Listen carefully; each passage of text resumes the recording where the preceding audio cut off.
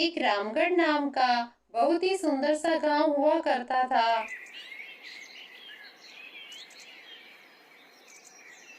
उस गांव में एक किसान रहता था। वह किसान बहुत ही मेहनती था। उसके पास जमीन का एक छोटा सा टुकड़ा था, जिस पर वो खेती बाड़ी का काम किया करता था। उस किसान के दो बेटे थे। वह बहुत ही आलसी और निकम्मे थे। वो अपने पिता को कामकाज में हाथ बटाने के बजाय आलस किया करते थे और पूरे दिन गांव में इधर उधर फिरते रहते थे। किसान को अपने बेटों की बहुत फिक्र थी। वो सोचता था कि मेरे मरने के बाद इनका क्या होगा? ये अपना पेट कैसे भरेंगे? अपने परिवार को कैसे संभाल पाएंगे? एक दिन किसान की हालत बहुत ही गंभीर थी। कहने का मतलब, किसान मरने की हालत में था। तभी किसान ने अपने दोनों बेटों को बुलाकर उनसे कहा। हमारे खेत में एक खजाना गड़ा हुआ है, लेकिन वो किस जगह है उसकी जानकारी मुझे भी नहीं है। लेकिन खोदने के बाद तुम्हें वो खजाना मिल जाएगा। खजाने की बात सुनकर दोनों बेटे बहुत खुश हुए। बेटों को खजाने की बात बताकर किसान भगवान को प्यारा हो गया। खजाने की बात सुनकर दोनों बेटों के मन में लालच आ गया और वे दोनों फावड़ा लेकर खेत की तरफ चल दिए और खेत में पहुंचकर खेत को खोदने लगे। सुबह से शाम तक उन्होंने पूरा खेत खोद दिया। पूरा खेत खोदने के बाद भी जब उन्हें खजाना नहीं मिला तो वे निराश हो गए। खेत को खोदने के बाद वह घर जाकर बैठ गए और अपने पिता को कोसने लगे। इसी तरह कुछ महीने बीत गए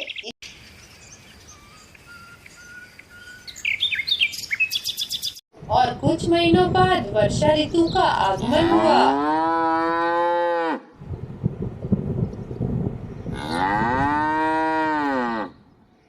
अब किसान के बेटों के पास पेट भरने के लिए सिर्फ एक ही जरिया था, वो थी खेती। तभी उन्होंने निश्चय किया कि वह भी खेती करेंगे और अपने परिवार का पालन पोषण करेंगे।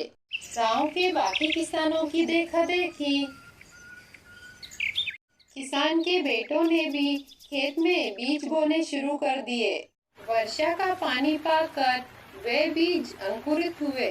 किसान के बेटों की मेहनत रंग ला रही थी और देखते ही देखते उनके खेत लहराने लगे। ऐसा लग रहा था कि हवा के झोंके से लहरा रहे हैं। यह देखकर किसान के बेटे बहुत खुश हो गए। उनको समझ आ गया कि परिश्रम ही सच्चा धन होता है और वो उसी तरह से अपने पिता के शब्दों का मोल भी समझ गए और अपने कामकाज में लग गए। बच्चों, इस कहानी से हमें यह सीख मिलती है कि हमें आलसी की तरह बैठे नहीं रहना चाहिए। हमें मेहनत करते रहना चाहिए। एक गांव में एक किसान रहता था। गांव में वो अपनी पत्नी के साथ रहता था। उस किसान का नाम रामू था। उसके पास दो सफेद बैल थे। वह किसान बहुत मेहनती था। उसके पास एक खेत था। वो सबसे अच्छी फसल उगाता था। खेत में फसल कैसे अच्छी उगाए, इसके लिए गांव के लोग उससे सलाह लेने के लिए आया करते थे। कभी कभी तो आस पड़ोस के गांव के लोग भी खेती की सलाह लेने उसके पास आते। खेतों में फसल लहरा रही थी।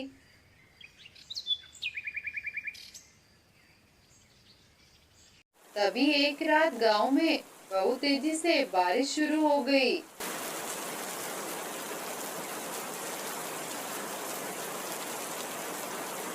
भारी बारिश के कारण फसलों को काफी नुकसान हुआ। इस वजह से गांव के सभी लोग बहुत परेशान थे। वह सभी हाथ पर हाथ धर के बैठे। लेकिन रामू रोज की तरह मेहनत करता। वो खेत में जाता और अनाज को कैसे बचाया जाए इसका समाधान ढूंढता रहता।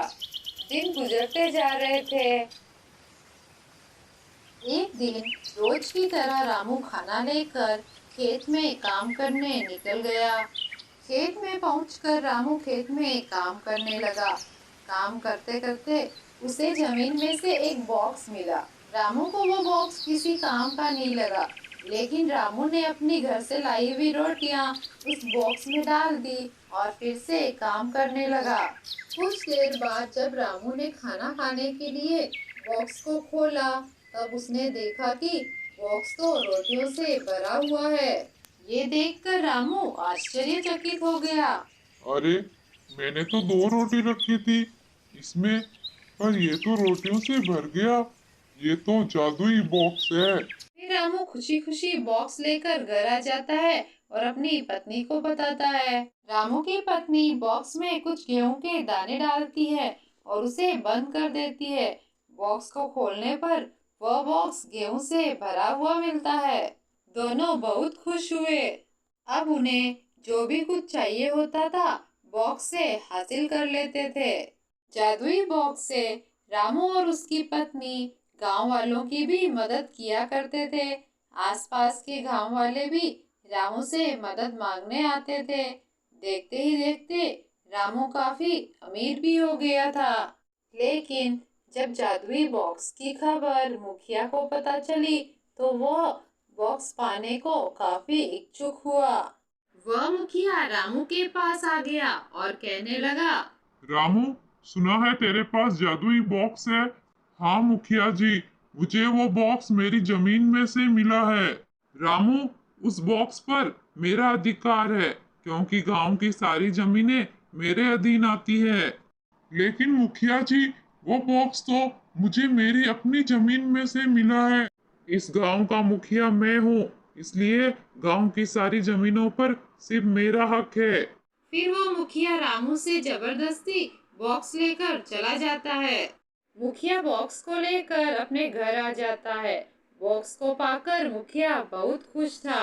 मुखिया मन ही मन बहुत खुश हुआ और कहने लगा, अब इस बॉक्स के जरिए दुनिया की कीमती से कीमती चीज अब मेरे पास होगी। उस गांव में दो चोर घूम रहे थे। जब उन्होंने गांव के लोगों को बातें करते हुए सुना कि गांव के मुखिया के पास एक जादुई बॉक्स है, तब उन चोरों ने उस बॉक्स को चुराने की सोची। रात को मौका देखकर चोरों ने मुखिया के घर से जादुई बॉक्स चुरा लिया। भागते भागते वे दोनों चोर बहुत थक गए थे, इसलिए गांव से बाहर आकर उन्होंने बॉक्स को किनारे पर रखकर आराम करने लग गए। तभी अचानक से कहीं से एक सांप आया और उस बॉक्स में घुस गया। कुछ समय बाद जब उन्होंने बॉक्स को खोला, तब उन्होंने देखा कि उसमें बहुत सारे सांप ही सांप निकल रहे हैं। इतने सारे सांप देखकर वे दोनों चोर डर गए और बॉक्स को वहीं छोड़कर वहां से भाग गए। कुछ दिनों बाद जब रामू शहर में अपना अनाज बेचकर वापस अपने गांव उसी रास्ते से जा रहा था, तभी उसे रास्ते में वो जादुई बॉक्स मिला। तब रामू जादुई बॉक्स को लेकर अपने घर चला गया। अब रामू और उसकी पत्नी बहुत खुश थे। गांव वालों के साथ साथ बड़े साधु महात्मा भी उनके पास मदद मांगने आया करते थे। एक बहुत छोटा सा और बहुत ही खूबसूरत सा गांव था।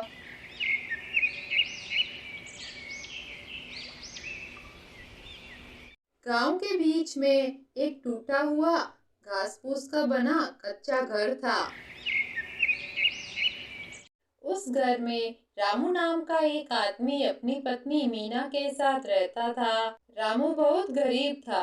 रामू बेरोजगार था। उसके पास कोई काम धंधा नहीं था। गरीब होने के कारण गांव का कोई भी उन दोनों से बात नहीं करता था।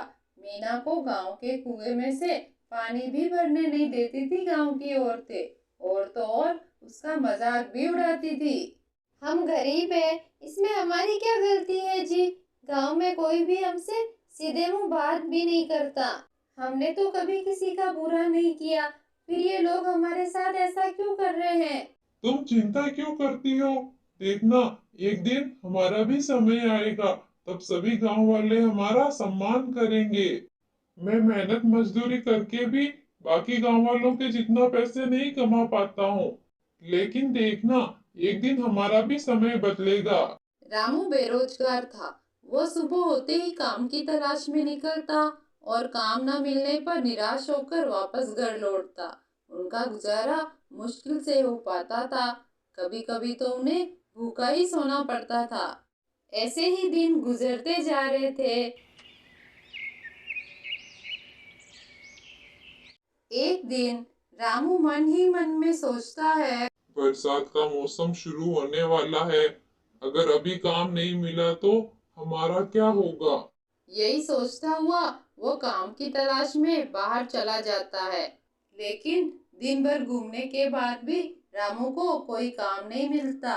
वह बहुत दुखी होता है और निराश होकर घर आकर बैठ जाता है। तभी जोर जोर से बरसात शुरू हो जाती है। रामू और उसकी पत्नी अपने घर की टूटी फूटी छत के नीचे बैठे थे। छत से पानी टपक रहा था। उनका घर बहुत ज्यादा कच्चा था, इसलिए उन्हें डर था कहीं बारिश जोर से आई तो उनकी छत टूट न जाए। इसी डर से वे सो भी नहीं पा रहे थे। वह दोनों मन ही मन बरसात के रुकने की भगवान से प्रार्थना कर रहे थे, लेकिन बरसात तो रुकने का नाम ही नहीं ले रही थी, बल्कि जोर से होने लगी।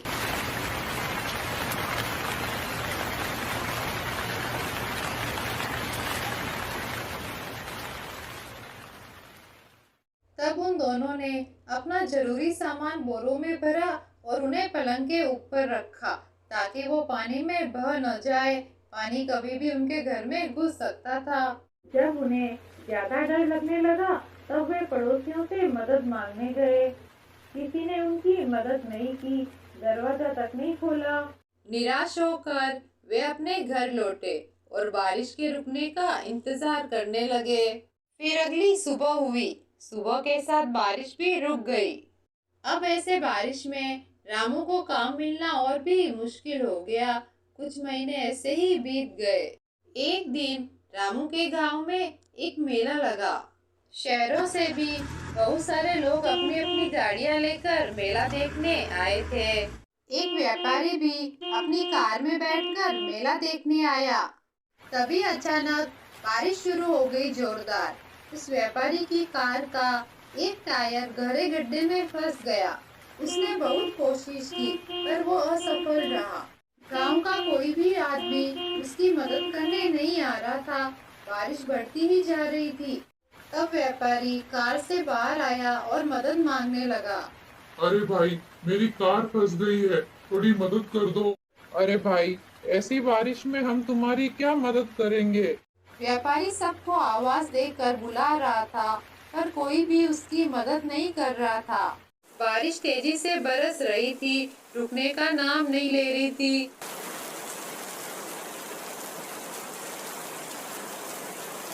तभी रामू सभी जगह से काम मांग कर निराश होकर घर लौट रहा था। बारिश तेजी से हो रही थी। तेज बारिश के कारण रामू दौड़ता हुआ घर की तरफ जा रहा था। तभी उसे एक कार दिखाई देती है जो कीचड़ में फंसी हुई थी। तब रामू कार के मालिक के पास आया। फिर रामू कीचड़ में से कार निकालने में व्यापारी की मदद करता है। वो कार को पीछे से धक्का देता है। साहब, कार के टायर कीचड़ में अंदर तक फंस गया है। मैं कीचड़ को हटाकर कार का टायर निकालने की कोशिश करता हूँ। फिर काफी मशक्कत के बाद कार का टायर कीचड़ में से निकल जाता है। अब बारिश भी रुक चुकी थी। उस कार में से वो व्यापारी बाहर निकला और रामू के पास जाकर बोला, क्या नाम है तुम्हारा? मैं कब से ही बारिश में लोगों को मदद करने के लिए बुला रहा था, पर कोई भी मेरी मदद नहीं कर रहा था। साहब, मेरा नाम रामू है। मैं इसी गांव में रहता हूँ। रामू, तुम क्या काम करते हो? साहब, मैं बेरोजगार हूँ, काम की तलाश कर रहा हूँ। क्या तुम शहर में मेरे साथ काम करोगे? रहने के लिए घर और अच्छे पैसे मिलेंगे। रामू को भी व्यापारी की बात सही लगी, क्योंकि काम की तलाश कर करके रामू थक चुका था, इसलिए उसने हामी भर दी। ठीक है, तुम अपना सारा सामान बांध कर तैयार रहना, मैं तुम्हें कल लेने आऊंगा। घर जाकर रामू ने सारी बात अपनी पत्नी को बताई। पत्नी भी बहुत खुश हुई। फिर दोनों ने अपना जरूरी सामान बोरों में बांधा और जाने के लिए तैयार हो गए। अगले दिन व्यापारी कार लेकर आया और रामू के घर के सामने गाड़ी रोकी। यह देखकर गांव के सभी लोग हैरान हो गए। फिर रामू और उसकी पत्नी को गाड़ी में बिठाकर व्यापारी उन्हें शहर अपने साथ ले गया और कुछ समय बाद वे तीनों शहर में पहुंच गए। व्यापारी ने रामू और उसकी पत्नी को रहने के लिए एक घर दिया। उनका घर बहुत सुंदर था। अब रामू शहर में व्यापारी के साथ अच्छे से काम करने लगा। व्यापारी भी रामू के काम से बहुत खुश था।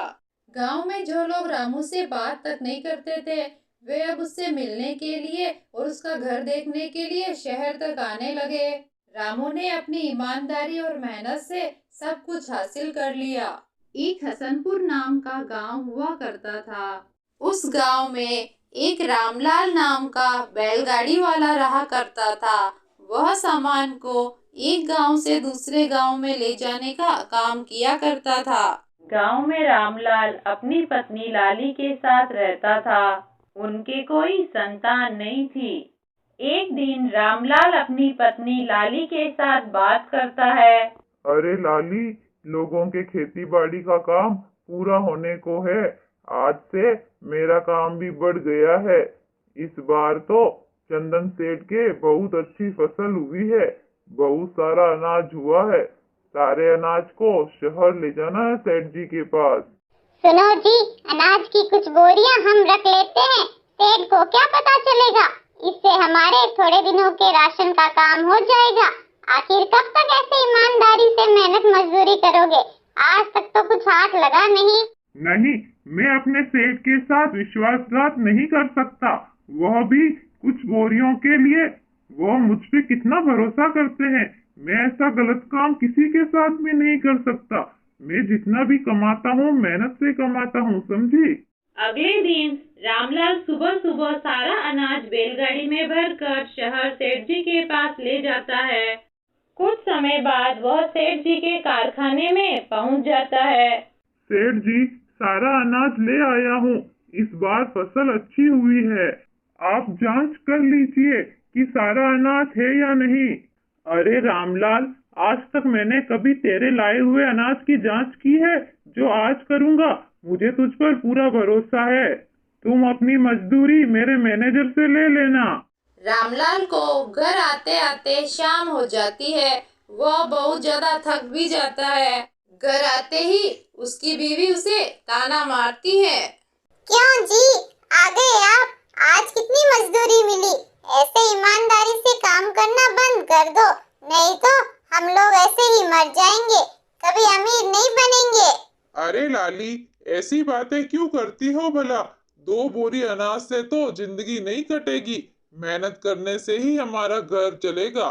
इतना लालच अच्छा नहीं होता। चलो आ जाओ, भोजन करते हैं साथ में बैठकर।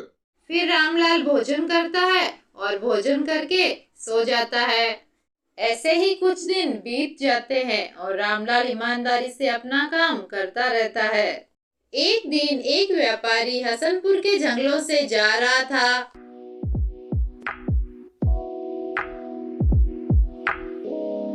तभी उसके सामने अचानक से एक पेड़ आके खड़ा हो जाता है। रास्ते में अचानक से पेड़ को खड़ा देख वह व्यापारी घबरा जाता है। तब पेड़ उससे कहता है, ये अनाज लेकर कहाँ जा रहा है तू? ये अनाज मैं शहर अपने सेठ जी के पास ले जा रहा हूँ। उनके खेतों का अनाज है ये सारा अनाज तू मुझे दे दे। इसके बदले मैं तुझे बहुत सारा खजाना दूंगा। रख लो, ये सारा अनाज तुम रख लो और इस अनाज के बदले मुझे ये खजाना दे दो। विश्वासघाती, तू अपने सेठ जी के प्रति ईमानदार नहीं है। मैं तो तेरी परीक्षा ले रहा था कि तू कितना ईमानदार है। अब तुझे खजाना नहीं, मौत मिलेगी। वह जादुई पेड़ उस व्यापारी को मार देता है। कुछ दिनों बाद रामलाल वहाँ के जंगलों से गुजर रहा था। तभी उसके सामने वह जादुई पेड़ आकर खड़ा हो जाता है और रामलाल से कहता है, ये इतना सारा अनाज लेकर कहाँ जा रहे हो तुम? तब रामलाल कहता है, यह अनाज मैं शहर ले जा रहा हूँ अपने सेठ जी की फैक्ट्री में। ये सारा अनाज उन्हीं का है। ये सारा अनाज तू मुझे दे दे, इसके बदले मैं तुझे बहुत सारा खजाना दूंगा।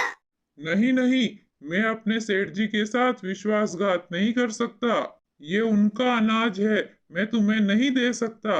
एक बार फिर सोच ले, इस अनाज के बदले तुझे इतना सारा खजाना मिल रहा है, तेरी पूरी जिंदगी आराम से कट जाएगी बिना काम किए। मैं अपने सेठ जी को धोखा नहीं दे सकता। ये खजाना मुझे नहीं चाहिए। मैं तो तेरी परीक्षा ले रहा था कि तू अपने सेठ के प्रति कितना ईमानदार है। इस खजाने पर तेरा अधिकार है क्योंकि तू एक ईमानदार मजदूर है। रामलाल खजाना लेकर घर आ जाता है। पति पत्नी दोनों बहुत खुश हुए। रामलाल को उसकी ईमानदारी का फल मिल गया। इस कहानी से हमें यह शिक्षा मिलती है कि हमें अपने काम के प्रति ईमानदार रहना चाहिए। बच्चों, यह कहानी एक धोबी और उसके दो पालतू जानवरों पर आधारित है। तो कहानी देखने से पहले वीडियो को लाइक, शेयर और सब्सक्राइब जरूर करें। रामपुर नाम का एक गांव था। उस गांव में एक धोबी अपने दो पालतू जानवरों के साथ रहता था, एक कुत्ता और एक गधा। वह दोनों हर रात धोबी के घर के आंगन में सोते थे। गधा धोबी के कामकाज और बोझ ढोने में मदद करता, तो कुत्ता धोबी के घर की रखवाली करता था। एक दिन रात को धोबी के घर में एक चोर घुस आता है। वह चोर सीढ़ियों से धोबी के घर में घुसने की कोशिश करता है। तब गधे ने कुत्ते से कहा, अरे तुम भौंक क्यों नहीं रहे हो? चोर हमारे मालिक की कीमती चीज चुरा लेगा। घर में चोर आ गया है। तब कुत्ते ने जवाब दिया, तुम अपने काम से काम रखो। मालिक कई दिनों से मुझे पेट भर खाना नहीं दे रहा है, इसलिए मैं नहीं भौंकूंगा। जब उनके घर से कीमती सामान चोर ले जाएगा, तब उनको मेरी अहमियत पता चलेगी। अपने मालिक के प्रति कुत्ते की ऐसी बातें सुनकर गधा बोलता है, तुम स्वार्थी हो, पर मैं मालिक का नुकसान नहीं होने दूंगा। फिर गधा ही जोर जोर से चिल्लाने लगा।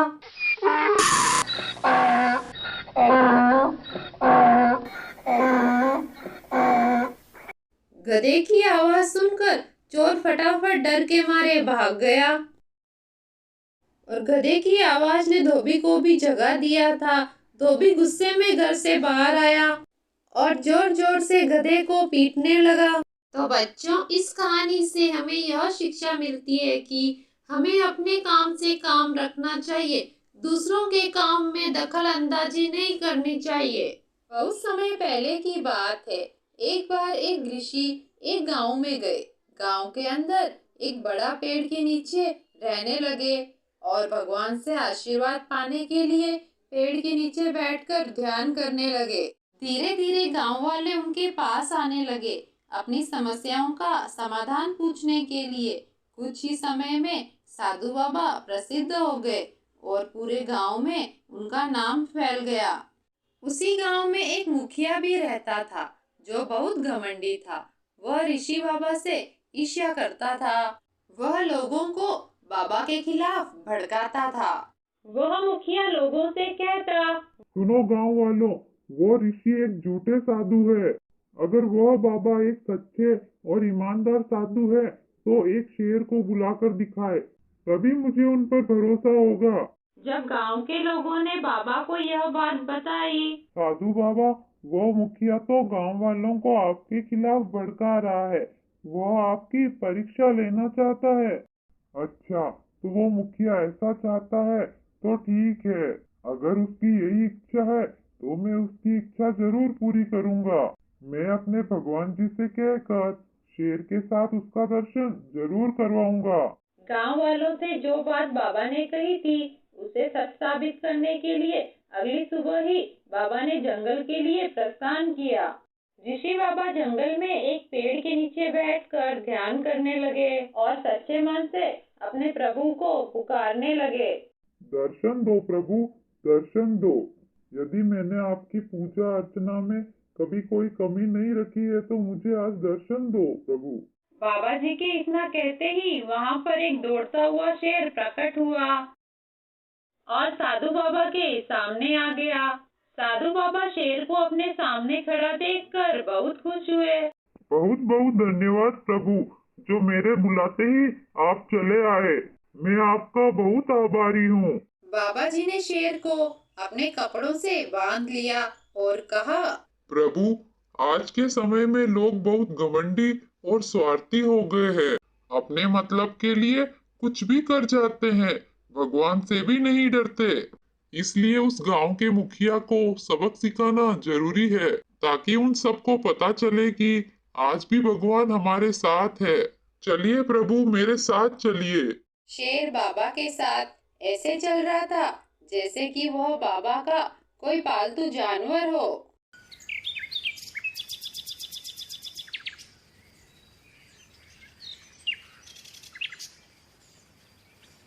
कुछ ही समय में बाबा शेर को लेकर गांव में प्रवेश करते हैं। ऋषि बाबा के साथ शेर को देखकर गांव में सब डर गए। जैसे ही बाबा शेर को साथ लेकर गांव के मुखिया के घर के सामने आए, तो मुखिया डर के मारे दरवाजा बंद किया और अंदर छुप गया। तब ऋषि बाबा ने कहा, दरवाजा तो बंद कर लिया, लेकिन ऐसे में तो आप शेर का दर्शन ही करना भूल गए। आपके कहे मुताबिक मैं शेर ले आया हूँ।